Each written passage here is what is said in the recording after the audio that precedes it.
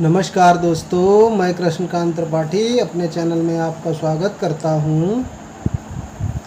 कक्षा 12 की श्रृंखला में हम लोग एरिया अंडर द कर्व से समाकलन के अनुप्रयोग का इंट्रोडक्शन जान चुके थे, उसके सारे सूत्र समझ चुके थे। आप देखते हैं प्रश्नावली 8.1। पहला सवाल हमारा है, वक्र बाई स्क्वायर बराबर एक्स रेखाओं x बराबर 1 x बराबर 4 से घिरे क्षेत्र का प्रथम पाद में क्षेत्रफल ज्ञात कीजिए। अगर आपने इंट्रो ध्यान से देखा तो उसमें मैंने आपको ग्राफ बनाना बताया था कि अगर वक्र के समीकरण में सभी y की घातें सम हो तो वक्र x अक्ष के सापेक्ष सममित होता है। तो ये कैसा बन जाएगा, इस तरह से x अक्ष के सापेक्ष सममित हो गया। अब प्रथम, द्वितीय, तृतीय, चौथी, चतुर्थ, ये 4 पाद होते हैं। उसने बताया रेखाएं x बराबर 1, ये मान लेते हैं x बराबर 1 हो गई, और ये x बराबर 4, यानी कि x बराबर a और x बराबर b के बीच का घिरा क्षेत्र ये हो गया हमारा। तो एरिया का सूत्र हमने आपको बताया था, a से b अगर लिमिट हो और y के पदों में हो तो y dx लिखेंगे। अब हमारा यहाँ a का मान कितना है 1 और b का मान कितना है 4। y स्क्वायर बराबर x है, तो y का मान अगर मैं पूछूँ y स्क्वायर बराबर x, वर्गमूल ले लूँ तो y बराबर under root x, plus minus वाला ना लेके प्लस वाला, क्योंकि पॉजिटिव पूछा गया है, तो अंडर रूट एक्स लेंगे यहाँ पे। ये हो गया। अब अंडर रूट एक्स माने x की घात 1/2, x की घात 1/2 का समाकलन क्या हो जाएगा, 1 और जोड़ देंगे तो 3/2 बटा इतना ही 3/2 आएगा तो 2/3। ये कांस्टेंट, इसको बाहर लिख दें, लिमिट है 1 से 4, लिमिट लगा दें 2/3, फिर 4 की घात 3/2 माइनस 1 की घात 3/2, ये हो गया हमारा 2/3। और 3/2 का मतलब क्या होता है, 1 और आधा, यानी कि 4 एक बार पूरा और 1 आधी घात, और 1 की घात कितनी भी हो तो उसका मान 1 ही रहता है। तो ये हो गया 2/3, 4 और 4 का वर्गमूल हो गया 2, तो ये हो गया 4 दूना 8, 8 से 1 गया तो ये बचा 7, ये 7 दूनी 14/3 वर्ग इकाई। यही हमारा हो गया आंसर। वीडियो अगर आपको पसंद आ रहा है, सवाल समझ में आया है, तो वीडियो को लाइक कर दीजिए। चैनल को अभी तक सब्सक्राइब नहीं किया है तो सब्सक्राइब कर लीजिए। धन्यवाद। दूसरा सवाल हमारा है, प्रथम चतुर्थांश में वक्र y स्क्वायर बराबर 9x, x बराबर 2, x बराबर 4 एवं x अक्ष से घिरे क्षेत्र का क्षेत्रफल ज्ञात कीजिए। फिर वैसा ही सवाल है। यहाँ हमने देखा कि y में समघात है, तो हमारा वक्र x अक्ष के सापेक्ष सममित होगा। फिर वही फिगर,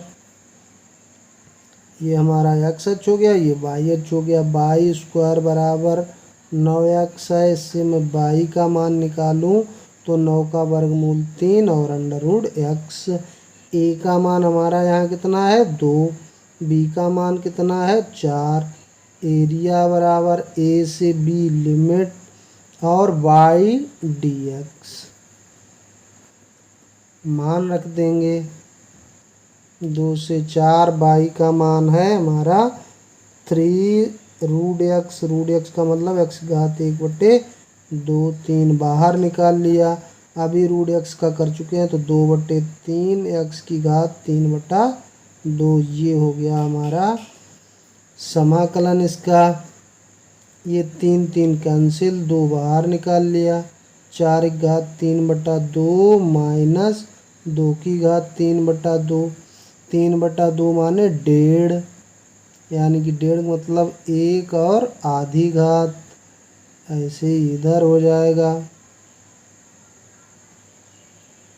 तो ये हुआ 2, 4 दूना 8 माइनस 2/2, यानी कि 16 माइनस 4/2 वर्ग इकाई। ये हो गया हमारा आंसर। तीसरा सवाल हमारा है, प्रथम चतुर्थांश में x² बराबर 4y, y=2, y=4 एवं y अक्ष से घिरे क्षेत्र का क्षेत्रफल ज्ञात कीजिए। तो अब ये हमारा वक्र कैसा है, x में 2 घात, तो x में अगर 2 घात है तो हमारा y अक्ष के सापेक्ष सममित रहेगा, और हमें y=2 मान लो ये है लाइन,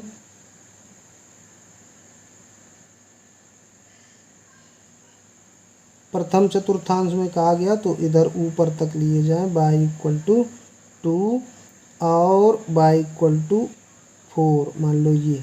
तो केवल इतना क्षेत्रफल हमको ज्ञात करना है प्रथम चतुर्थांश का। तो यहाँ पे x² बराबर 4y, यानी कि x का मान अगर निकालेंगे तो 4 का वर्गमूल 2 रूट y, a का मान 2, b का मान 4। एरिया जब लिमिट x, ये वक्र x के पदों में हो तो x और dy होता है फार्मूला। तो ये हो गया 2 से 4, 2 रूट y का मतलब y घात 1/2 dy, ये 2 बाहर निकाल लिया, y घात 1/2 का कितना हो जाएगा 2/3, y घात 3/2 लिमिट 2 से 4, ये 2 का गुणा कर दें तो 4/3। अब 4 की घात 3/2 माइनस 2 की घात 3/2, अभी ऊपर ये सॉल्व कर चुके हैं, कितना आता है 8 माइनस 2/2। अब 8 में 4 का गुणा करेंगे तो 8 चक्को 32, यहाँ 2/2 है तो माइनस 8/2 और बटा 3, यही हो गया हमारा आंसर। चौथा सवाल हमारा है, दीर्घवृत्त x²/16 प्लस y²/9 बराबर 1 से घिरे क्षेत्र का क्षेत्रफल ज्ञात कीजिए। अब हमने कल आपको बताया था कि अगर x और y दोनों की घातें सम है वक्र में, तो x दोनों अक्षों के सापेक्ष सममित होगा। अब दीर्घवृत्त का समीकरण होता है x²/a² प्लस y²/b² बराबर 1, और अगर a ग्रेटर देन b हो तो दीर्घ अक्ष जो है x अक्ष पर होता है इसका। ये तो आपने पढ़ा होगा, नहीं पढ़ा तो जान लीजिए। ये दीर्घ अक्ष होता है, ये दीर्घ अक्ष का मतलब a बड़ा है तो यहाँ -4 से +4 तक ये लिमिट इसकी रहती है, और b यहाँ से यहाँ तक फैला होता है। तो b 9 है b², तो b का मान कितना हो गया 3, तो ये 0,3 और ये 0,-3 ये होता है। तो इस पूरे क्षेत्र का क्षेत्रफल हमें ज्ञात करना है। कल हमने बताया था सिमेट्री का फ़ायदा क्या है, अगर हम इस भाग का क्षेत्रफल ज्ञात कर लें और ऐसे 4 भाग हमारे पास हैं तो 4 गुना कर देंगे उसका क्षेत्रफल। तो यहाँ तो मूल बिंदु होता है 0 0, तो लिमिट हमारी कितनी हो गई इस क्षेत्र की, हमें चाहिए अभीष्ट क्षेत्रफल जो चाहिए, अभीष्ट क्षेत्रफल वो क्या हो जाएगा, अगर यहाँ पे कोई बिंदु डाल दें ओ पी, यहाँ पे डाल दें क्यू, तो 4 गुणा ओ पी क्यू ओ का क्षेत्रफल, ये तो हो जाएगा।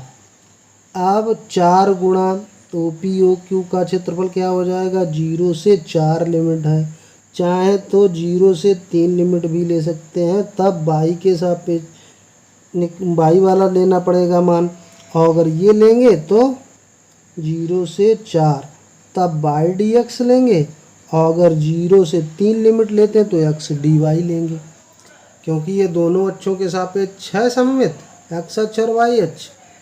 अब हमारा है x square upon 16 plus y square upon 9 बराबर 1 है समीकरण।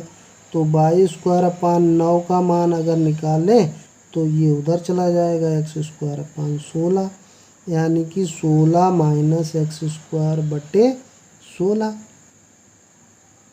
अब वाई स्क्वायर का मान निकाले तो 9 ऊपर, 9 अपान 16 और ब्रैकेट में लिखते हैं 16 माइनस एक्स स्क्वायर। और अगर y का मान हमें चाहिए तो 9 का वर्गमूल 3, 16 का 4, ये अंडर रूट में हो गया 16 माइनस एक्स स्क्वायर। अब यहाँ पे यही मान रख दें, 0 से 4 3/4 under root 16 minus x square और dx। ये 4 4 कैंसिल कर दो, 3 बाहर आ गया, 0 से 4 under root 16 minus x square dx। अब फार्मूला हम तो पढ़ चुके हैं, under root a square minus x square का समाकलन क्या होता है, x upon 2 under root a square minus x square plus a square upon 2 sine inverse x upon a. ये फार्मूला हम लगा देंगे इसमें। तो अगर इस फार्मूले को लगाते हैं तो 3 तो बाहर है, x की जगह पे x है upon 2 under root a square minus x square plus a square की जगह 16 है साइन इनवर्स x। तो ए स्क्वायर अगर 16 है तो ए का मान कितना होगा 4, लिमिट 0 से 4, ये मान रख दें।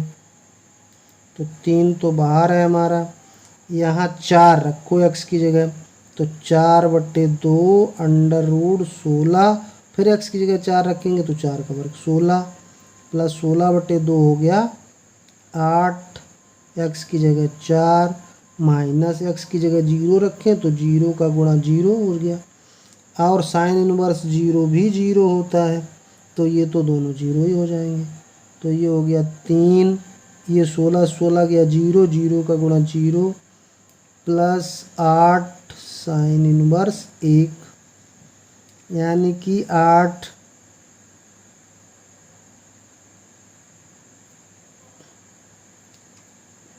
यहाँ पे हमने, हाँ सही है, 8 तिया 24 साइन इनवर्स 1। अब साइन इनवर्स 1 कितने का मान होता है, साइन 90 होता है। एक तो ये 2 से काट दो तो ये आंसर आ गया हमारा 12 पाई वर्ग इकाई, यही हो गया हमारा आंसर।